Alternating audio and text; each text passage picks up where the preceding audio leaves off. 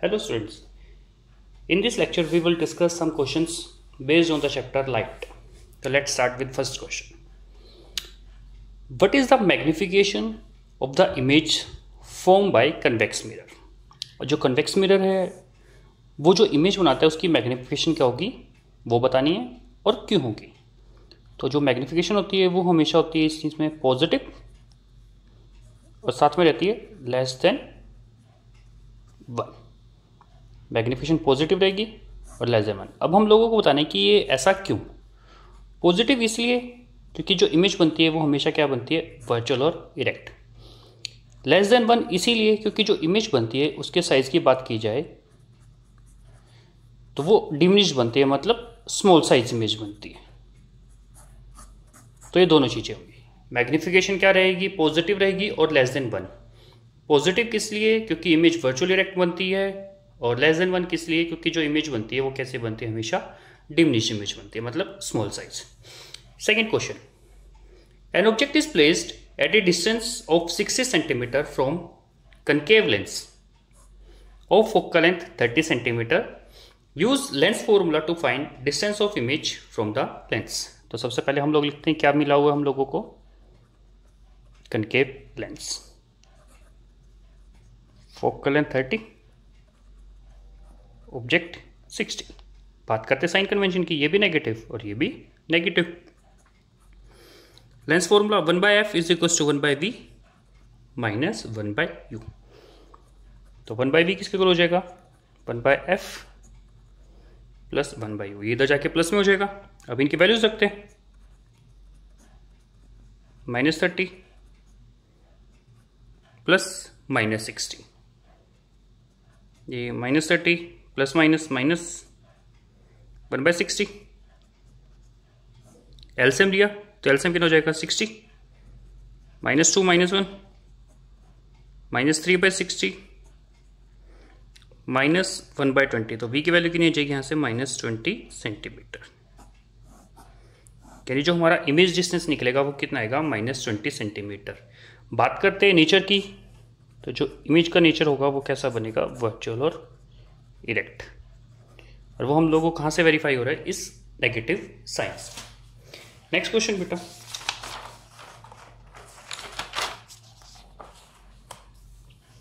a 10 centimeter tall object is placed in front of convex lens of focal length 12 centimeter at a distance of 18 centimeter। सबसे पहले दिया हुआ है क्या, convex lens, तो वो लिखते हैं। Height of object 10, focal length 12, object distance 18। ये प्लस में रहेगी, ये प्लस में और ये माइनस में, तो इसके आगे हम लोगों ने लगा दिया माइनस। क्या निकालना है, नेचर निकालना है, पोजीशन मतलब डिस्टेंस और साइज। तो 1/f 1/v माइनस 1/u। तो 1/v किसके हो जाएगा, 1/f प्लस 1/u। ये इधर जाके प्लस में हो जाएगा। अब इसकी वैल्यूज रख देते हैं, 1/v 12 प्लस -18 प्लस माइनस -18 हो जाएगा। एलसीएम लेंगे यहाँ पे 36, ये इधर से आ जाएगा 3, इसे सोल्व करेंगे 2, 1/36। तो p की वैल्यू कितनी आ जाएगी यहाँ पे, 36 सेंटीमीटर। तो यानी जो हमारा इमेज डिस्टेंस आया है वो कितना है, 36, मतलब पोजीशन हमारी फाइंड आउट हो चुकी है। v पॉजिटिव है तो जो इमेज बनेगी उसका नेचर क्या होगा, रियल और इन्वर्टेड, क्योंकि ये एक लेंस है। अब बात करते हैं साइज की, तो साइज के लिए फॉर्मूला यूज कर लेते हैं मैग्निफिकेशन का। Height of image upon height of object is equals to v/u। तो हाइट ऑफ इमेज कितनी हो जाएगी, v/u इज इक्वल्स, ये तो रहेगा एज इट इज, ये मल्टीप्लाई में चला जाएगा। तो v 36, u -18 और हाइट ऑफ ऑब्जेक्ट 10, ये 2, ये माइनस ऊपर चला जाएगा, तो -20 सेंटीमीटर। यानी जो हाइट ऑफ इमेज है वो कितनी आ जाएगी, 20 सेंटीमीटर। हाइट नेगेटिव में, तो यहाँ से भी वेरीफाई हो रहा है कि जो इमेज बन रही है उसका नेचर क्या है, रियल और inverted. Next question, the absolute refractive index of ruby is 1.7। N दिया हुआ है 1.7। Find the speed of light in ruby, v निकालना है। तो एन होता है n is equal to c by v. V कितना हो जाएगा c by n. C 3 × 10⁸ metre per second. C होता है speed of light in air या वैक्यूम। एन की वैल्यू 1.7। इसको सोल्व करेंगे तो 30, ये 17 हो जाएगा। 30 डिवाइड बाय 17 इसको सोल्व करते हैं तो ये नियर अबाउट आता है 1.7 × 10⁸। और स्पीड पूछी है तो ये किस में रहेगी, मीटर पर सेकेंड में। Next question, state Snell's law of refraction. Snell's law क्या कहेगा, the ratio of sine of angle of incidence to sine of angle of refraction is always constant. लेकिन यहां पे कंडीशन है, कंडीशन क्या, for the given colour of light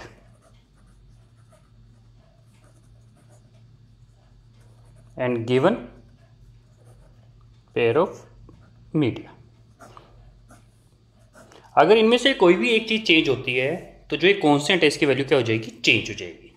express it mathematically, तो mathematically को हम लोग इसको लिख सकते हैं sine i by sine r, that is constant. अगर हम लोग बात करें स्नेल्स लॉ फेल कब होगा, जब हम लोग किसी सरफेस पे, जैसे ये सरफेस है, इन दोनों मीडिया को सेपरेट कर रहे हैं, जैसे ये रेयर डेंसर कुछ भी हो सकता है, या डेंसर या रेयर, तो जब लाइट सरफेस पे नॉर्मली इंसिडेंट करते हैं तो वो स्ट्रेट चली जाती है विदाउट एनी बेंडिंग। तो इस सिचुएशन में जो स्नेल्स लॉ है वो फेल हो जाता है। बात करते हैं एंगल आई के लिए, यहां पे जो एंगल आई है इसकी वैल्यू क्या होनी चाहिए, 0 से ज्यादा,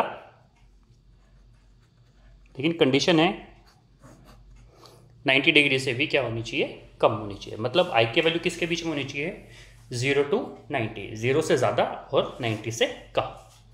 next question, the magnification produced by spherical mirror is, spherical lens sorry lens is -3, magnification दी हुई है -3।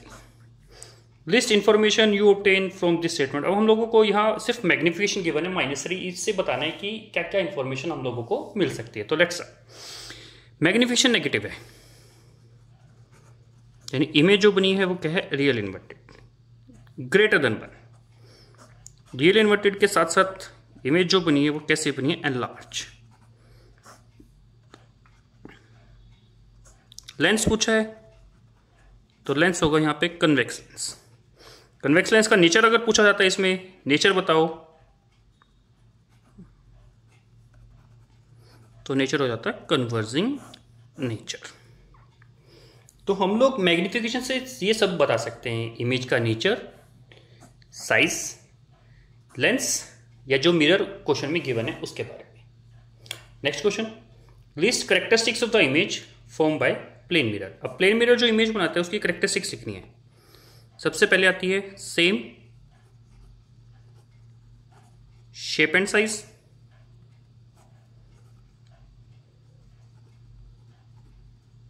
सेम डिस्टेंस पे,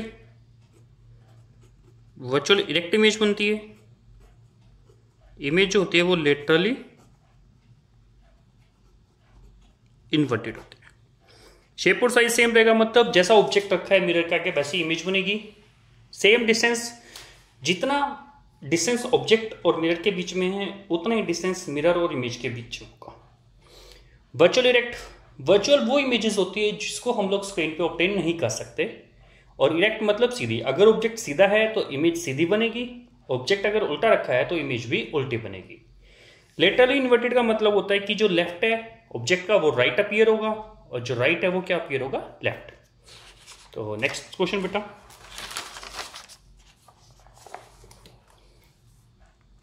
draw diagram and calculate focal length and nature of spherical mirror which forms 1/3 times magnified virtual image of an object placed at a distance of 18 cm from it. अब हम लोगों को question में ना तो mirror given कि mirror कौन सा है, ना ही उसकी फोकल लेंथ। तो हम लोगों को गिवन क्या है, मैग्निफिकेशन, और मैग्निफिकेशन कितनी है 1/3, क्योंकि 1/3 टाइम्स मैग्नीफाइड लिखा हुआ है। वर्चुअल लिखा हुआ है तो प्लस में रहेगी। Of an object place at distance of 18, object distance दिया हुआ है 18 सेंटीमीटर, मतलब -18। अब हम लोग यहां से निकाल सकते हैं v की वैल्यू, क्योंकि होता है -v/, 1/3 is equal to -v, और ये -18, ये उधर चला जाएगा।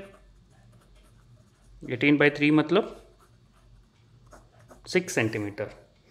ऑब्जेक्ट डिस्टेंस है, इमेज डिस्टेंस है, फोकल लेंथ निकालनी है। 1/f is equal to 1/v plus 1/u, 1/6 plus -18,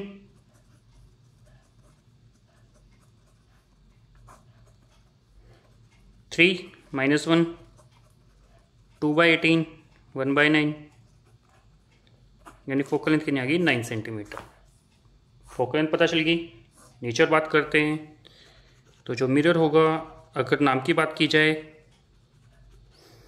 mirror का नाम होगा कन्वेक्स मिरर। मिरर के नेचर की बात की जाए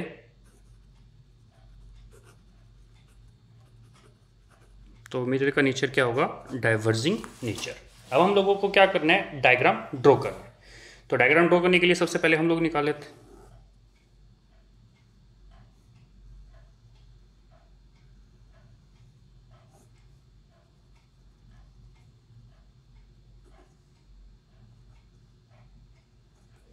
पोल फोकस।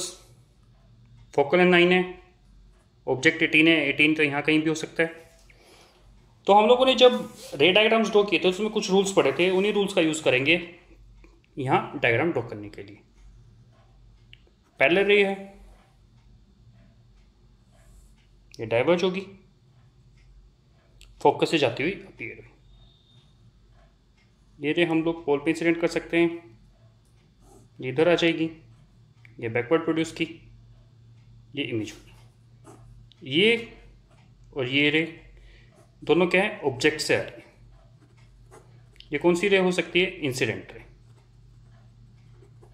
ये और ये रिफ्लेक्टेड रे होंगी।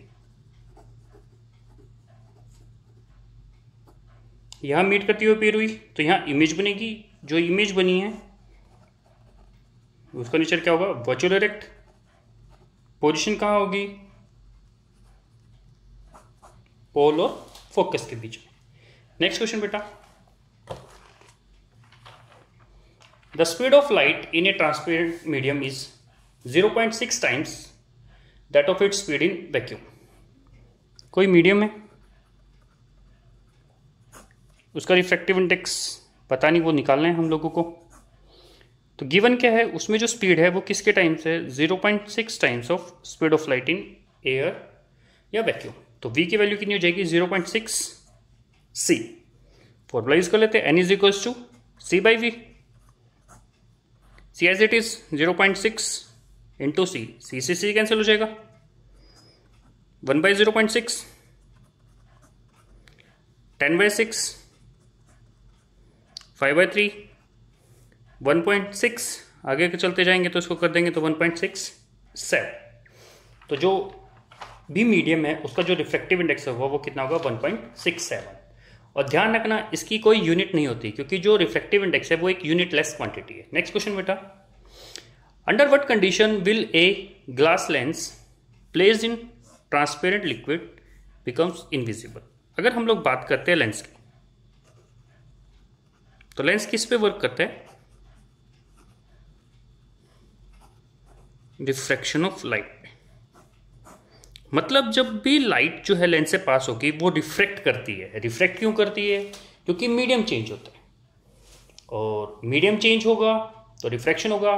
कभी लाइट कन्वर्स करेगी या डाइवर्स करती है, वो डिपेंड करता है कि लेंस हम लोगों ने कौन सा लिया है, कन्वेक्स लिया है या फिर कनकेव लिया है। अब हम लोगों को इस लेंस को किसी लिक्विड में प्लेस करना है। लिक्विड भी कैसा है, ट्रांसपेरेंट है। कंडीशन क्या रखनी वो पता नहीं, लेकिन क्या होना चाहिए, जो लेंस है वो क्या हो जाए, इनविजिबल।